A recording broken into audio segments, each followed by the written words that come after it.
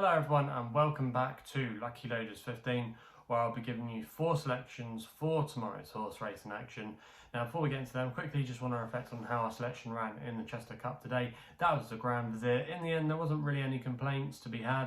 He was in a good position throughout, he was just tracking the pace, but in the end he folded tamely in the closing stages and I think he finished in 9th place in the end. So disappointing there, but hey ho, you can't win every day, but hopefully we can do better tomorrow and give you some winners. And like I said, I've got 4 selections for tomorrow's racing and we're going to be going to Ascot for the first one of them, where we go to the 145, and I like chances here of a horse called Juan I think I've pronounced that right, but it'll be in the description box and the graphic if you want to know how to spell it. But yeah, this horse is trained by Kevin Philippot, Defoy and Daniel Tudhope is booked for the ride. Now last time we saw this horse, he finished in 4th place at Thirsk, in a race that's actually worked out quite well, because you had the first horse running well against Since, you've had the second horse Contact win, the third horse of Kevin Ryan's has won, the 5th place horse of Mark Johnson's went on to win, so it looked quite like, at the time, quite a strong bit of form, and he was actually dropped £1 for that run. He's now down to a mark of 90, and I think in this race tomorrow he's got a good chance of definitely being there or thereabouts.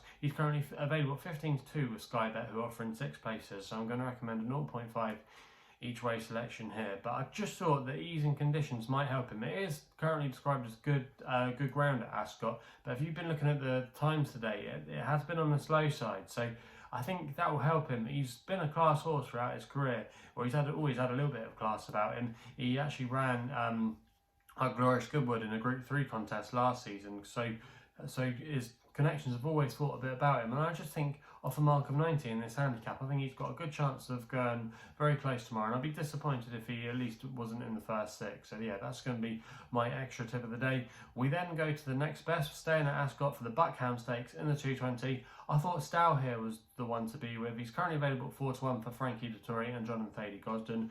Going to recommend a 1-point win bet here. Now this horse Stowell was quite a promising horse last year. He won on this card, beating a couple of useful yardsticks and the likes of Going Gone, who's a good horse for Jim Boyle. He then ran a good race at Royal Ascot over a mile and 6 in the Queen's Vase, where he finished 3rd. After that we didn't see him for a little bit of a while after he flopped at Newmarket, but I thought his reappearance run last time out at Newbury was definitely an eye-catching one. He finished 3rd in the race there behind Max Vega, but I think he might have just needed that, and I think he'll come on a lot for the run. And I think coming back to Ascot, where we saw his best pieces of form last year, will suit him. He's got a nice pedigree as well. I just thought there was a lot to like about him. Alazi for me is a horse I want to take on. He's too short. He was ended up being a bit of a monkey last year, to be honest with you, even though the Haggishard are in good form. I just thought Stowell could be the one. He's still a 4-year-old, he's sun exposed. There could be a bit more to come from him this season, and yeah, I think at 4-1 I'm willing to take a chance on him there as my next best of the day.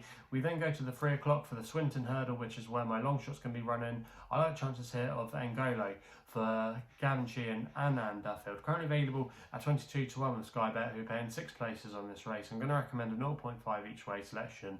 Now this horse used to be previously trained by Willie Mullins, and his career over there started out okay, but then he kind of folded away. Since joining Anne Duffield, however, there have been a few glimmers of ability, and I think he's definitely capable of running well in a big field handicap. He's run at Haydock a couple of times where he's shown some glimmers of form, and I thought his latest run over 2 miles 3 furlongs at the course was not a bad run, and he was given plenty of weight away that day to his rivals. So I think you can definitely mark that piece of form up, and I think the drop back to this trip will suit him, especially over this track where we've seen some good ability from him. I think he might be there or thereabouts coming to the last hurdle, and I just think if he is a little bit outbased, he might just find in a fight, and he might just be able to run on and maybe nick a place or be fighting it out for the win, at least in the finish. I could see him being on the premises tomorrow. I thought he was a big price.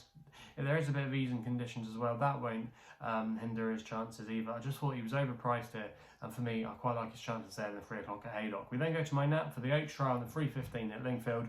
Not an original selection here, but I thought Emily Dickinson was the one to be with for Ryan Moore and Aidan O'Brien, who are going great guns at the moment. Currently available at 13-8 with most firms. Going to recommend a 1-point win bet here. Now this horse, Emily Dickinson, yes, she's untested at this level, but her pedigree just screams a potential improver. She's actually by Dubai instead of Galileo, but if you look at the dam side of her pedigree, she's got a very classy one. She's from the family of Magic Wand. In fact, her dam was an Irish Oaks winner, so she's bred to win an Oaks. So yeah, I just like a lot about her. I just thought the rest in here weren't that good. You got the likes of John Godson's horse. I thought if they really fancied it, Frankie would be on it. Not sure about Tom Clover's horse. George Bowie's horse has got to take a big step up, even though she's coming from handicaps and has been improving well. But I just thought our horse, Emily Dickinson here, had so much in hand. I think potentially she could go off even money or a shade of odds on tomorrow. So if you can still get the 13 to 8, I thought that was a good price there. And yeah, I'd be disappointed if she can go close in that Oaks trial at Lingfield tomorrow. So that's why she's going to be my nap of the day. So they're the selections then for tomorrow's race. And let me know in the comments box below what you're going to be back in tomorrow.